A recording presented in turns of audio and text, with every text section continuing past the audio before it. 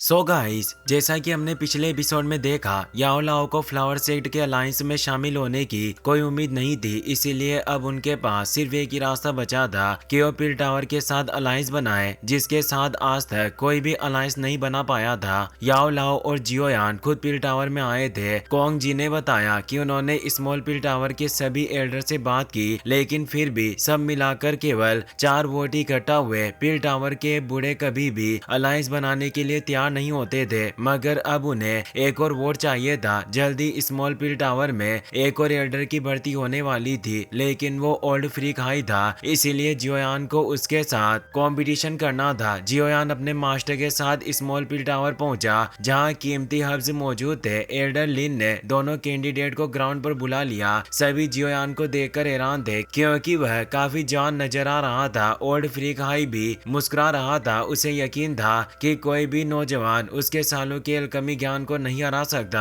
Elder बातचीत कर रहे थे कि इस लड़के में वाकई हिम्मत है कि वो इस ओल्ड डीमन हो से कंपटीशन करने की कोशिश कर रहा है। दूसरा एल्डर बोला, ये जियोयान है जो याओ लाओ का डिसिपल है और इस साल का पिल गैदरिंग चैंपियन भी। लगता है कि इसमें वाकई कुछ असली हुनर मौजूद है। मगर दूसरा एल्डर बोला, भले ये टैलेंटेड हो, पर ये अभी भी काफी नौजवान है। पिल गैदरिंग चैंपियन होने के बावजूद भी जरूरी नहीं कि ये ओल्ड डीमन हो को हरा सके। ओल्ड फ्रीक हाई मुस्कुराते हुए बोला, याओ लाओ, आज मैं तुम्हारे इस लाडले डिसिबल को हराऊंगा और फिर तुम्हारी बारी होगी। और आज मैं सबको साबित करूंगा कि अल्केमी में शॉर्टकट जैसा कुछ नहीं होता और तुम्हारी चालें आज तुम्हें बचा नहीं पाएगी। याओ लाओ चिंतित थे। वो जानते थे कि अलायंस बनाने के लिए स्मॉल पिल टावर की एल्डर पोजीशन बहुत मायने रखती है, इसीलिए जियोयान को जीतना ही होगा। जियोयान को खुद पर पूरा भरोसा था, क्योंकि आज तक वो न एल्केमी में हारा न जंग में। एल्डर लिन बोले, कंपटीशन रूल से दोहराने की जरूरत नहीं है। इस स्मॉल पिल टावर के सभी पहाड़ मेडिसिनल इंग्रेडिएंट से बने हैं। तुम दोनों जितना चाहो हब्स ले सकते हो।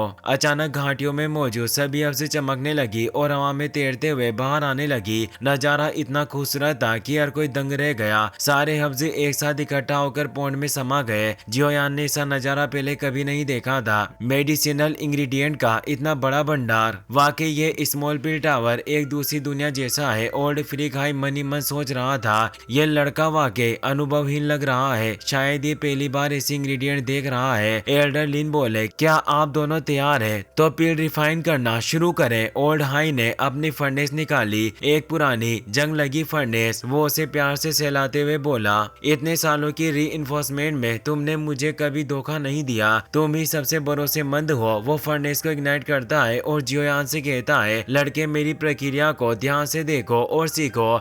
लेकिन तभी जियोयान अपनी 4 हेवनली फ्लेम बाहर निकालता है। पूरा हॉल गर्मी और ताकत से गूंज उठता है। सभी एल्डर दंग रह जाते हैं। वो चारों हेवनली फ्लेम को एक साथ मिलाता है। इतिहास में किसी दादा ने भी ये करने की हिम्मत नहीं की थी, इसीलिए सभी चौंके हुए थे। और फिर जियोयान अपनी हेवनली फ्लेम से फ्यूज हुई बिस्ट फर्नेस को नीचे लाता है। ओल्ड हाई ताना कसता है, ये सब दिखावा है। इस लड़के ने याओ लाओ से सिर्फ बेकार चीजें सीखी है। ये नियमों की परवाह नहीं करता, आग से खेल रहा है और जब ये खुद जल जाएगा तब इसे पछतावा होगा। जॉन कोंग जी कहते हैं कि ओल्ड हाई को सबसे बेहतरीन तरीके से पिल बनाने का अभ्यास करते हुए लगभग 20 साल हो गए हैं और ये नहीं भूलना चाहिए कि वो काफी समय पहले ही 8 कलर्ड पिल लाइटनिंग को सम्मन करने में कामयाब हो गया था और अब सुनने में आया है कि वो 9 कलर्ड पिल लाइटनिंग को भी सम्मन कर सकता है। जॉन ये भी याओ लाओ को परेशान देखकर खुद काफी चिंतित नजर आ रही थी, क्योंकि अभी तक याओ लाओ की 9 कलर्ड पिल लाइटनिंग को समन करके पिल तैयार नहीं कर सकते थे। जुआन ये कहती है कि कंपटीशन के इस लेवल को देखते हुए पिल प्रिस्क्रिप्शन बहुत ज्यादा इंपॉर्टेंट होते हैं। ओल्ड फ्रीक हो लाओ ने पिछले 20 सालों में टियर 9 के कई सारे प्रिस्क्रिप्शन इकट्ठा किए हैं, इसीलिए उनके पास कई हाई ग्रेड पिल रेसिपी मौजूद है। याओ लाओ सोचते हैं, जब मैं जवान था तब भी मैं टियर 9 की पिल को रिफाइन नहीं कर सकता था और जो 2 टियर 9 पिल प्रिस्क्रिप्शन मैंने जियोयान को दिए हैं वो भी केवल लोअर ग्रेड पिल है। मुझे डर है कि अगर जियोयान ने उन्हीं को रिफाइन किया तो ये काफी बेकार साबित होगा। उधर ओल्ड फ्री काई बहुत बारीकी से पिल रिफाइन कर रहा था। सबसे पहले उसने अपनी भट्टी का तापमान सही किया, फिर उसने उम्दा मेडिसिनल हर्ब चुने, फिर उन्हें अपने खास कांटे से तोला। सब कुछ बिल्कुल परफेक्ट रखने की उसकी आदत थी। जब वजन एकदम सही आया तो उसने इंग्रेडिएंट को फर्नेस में डाला और रिफाइनमेंट शुरू कर दी। जियोयान शांत दिखाई दे रहा था। वो अब एक बोधी सीड बाहर निकालता है। जुआन कोंगजी हैरानी से कहते हैं, क्या जियोयान ने बोधी से पिल बनाने का इरादा किया है? जुआनी कहती है, बोधी से पिल को हाईएस्ट ग्रेड तक रिफाइन करने के बावजूद भी वो पिल टियर 9 तक नहीं पहुंचती। तो फिर जियोयान आखिर करना क्या चाहता है? जियोयान अपने मास्टर की ओर देखता है, उसे यकीन दिलाता है कि वो जरूर जीतेगा। याओ लाओ को भी अपने शिष्य पर बुरा भरोसा था। जियोयान अब कई सारे इंग्रेडिएंट एक साथ बाहर निकालता है। सभी हैरान रह गए। ये लड़का अपने इंग्रेडिएंट खुद लाया है और उनकी क्वालिटी भी काफी हाई है, हमारे स्मॉल पिल टावर के इंग्रेडिएंट्स से बिल्कुल भी कम नहीं। जियोयान उन सबको एक ही बार में फर्नेस में डाल देता है और इनकी मात्रा भी दोगुनी कर देता है।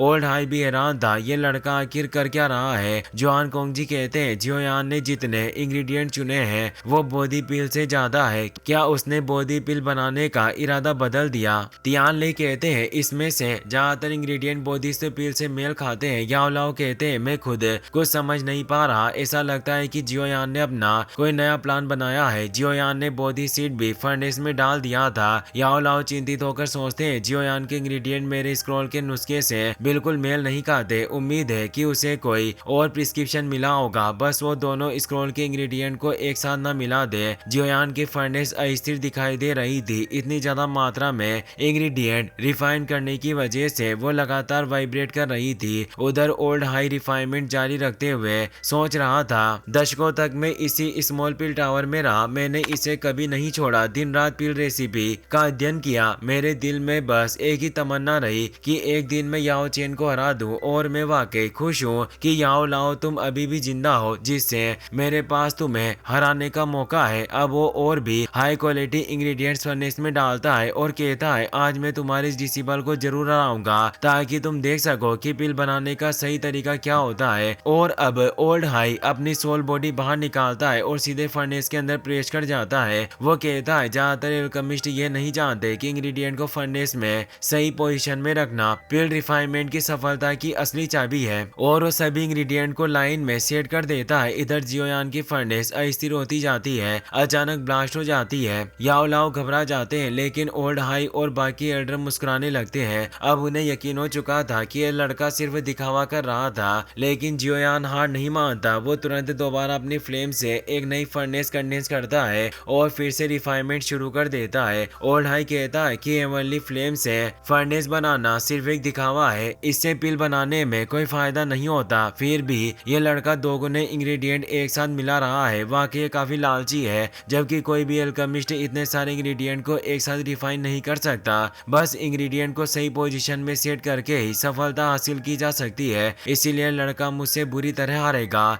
जियोयान की फर्नेस लगातार अनस्टेबल होने की वजह से ब्लास्ट होती जा रही थी, लेकिन जियोयान हार नहीं मानता। वो दिन रात पिल को दोबारा रिफाइन करना जारी रखता है। वो अपनी गलतियों से सीखते हुए लगातार कोशिश करता जा रहा था और इंग्रेडिएंट को सही तरह मिक्स करने की कला सीख रहा था। अब 2 दिन गुजर चुके हैं। ओल्ड हाई लगातार मेडिटेट करते हुए पिल रिफाइन कर रहा था और अब पिल ने तेज फ्रेगनेंस छोड़ना शुरू कर दिया था। तियान मेंग जी कहते हैं, ओल्ड फ्रीक हाई जिस तरह पिल को रिफाइन कर रहा है, मुझे लग रहा है कि ये 3 दिनों में अपनी पिल पूरी तरह रिफाइन कर लेगा। और अगर मैं गलत नहीं हूँ तो ये फ्लेम डीमन क्वाइट मिस्टीरियस पिल बना रहा है, और अगर ये इसे सफलतापूर्वक रिफाइन कर लेता है तो 9 क्लैड पिल लाइटनिंग भी ट्रिगर होना शुरू हो जाएगी। ओल्ड हाई की पिल लिक्विड शेप में बदलने लगी थी और आसमान में बादल छाने लगे थे। याओ लाओ कहते हैं, पिछले कई सालों में ओल्ड हाई का एल्केमी टैलेंट वाकई काफी बढ़ गया है। जुआनी कहती है, लेकिन जियोयान शांत नजर आ रहा है। याओ लाओ जवाब देते हैं, ये इंग्रेडिएंट इंग्रेडिएंट को डबल अमाउंट के साथ रिफाइन करने की कोशिश कर रहा है, जो किसी के लिए भी आसान नहीं है। भले ही ये कुछ दिन इंग्रेडिएंट को मिलाने में असफल रहा, पर अब ऐसा लग रहा है कि इसने मेडिसिनल पावर में बैलेंस बनाने की महारत हासिल कर ली है। जुआनी कहती है इससे कोई फर्क नहीं पड़ता कि जियोयान कितने इंग्रेडिएंट इस्तेमाल कर रहा है, अगर ये बॉडी पिल को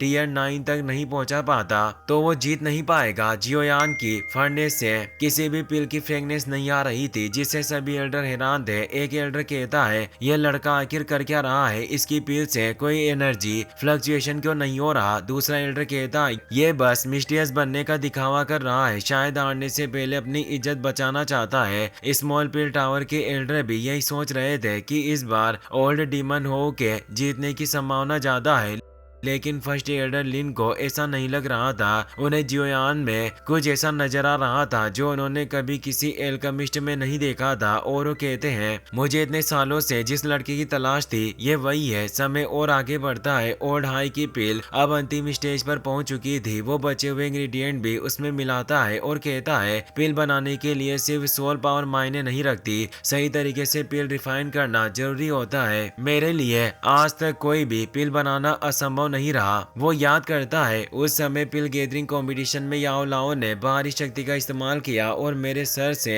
चैंपियन का ताज छीन लिया, और बाकी एल्डर भी उसके तरीके से प्रभावित हुए और उन्होंने भी शॉर्टकट अपनाए। लेकिन ये सब मूर्ख है, ये नहीं जानते कि शॉर्टकट हमेशा अच्छे नहीं होते। नियम और औषधि के गहरे ज्ञान के साथ ही सबसे हाई क्वालिटी पिल रिफाइन की जा सकती है, और अब उसके इस दृढ़ निश्चय के साथ पिल शेप लेने लगती है और आसमान में 9 कलर्ड पिल लाइटनिंग उभरने लगती है। सभी देखकर हैरान रह जाते हैं। इसी के साथ ये एपिसोड यही खत्म होता है। वीडियो पसंद आया हो तो अपने दोस्तों के साथ शेयर करें, साथ ही इस वीडियो को लाइक और चैनल को सब्सक्राइब करने के लिए आपका तहे दिल से शुक्रिया। Thanks for watching.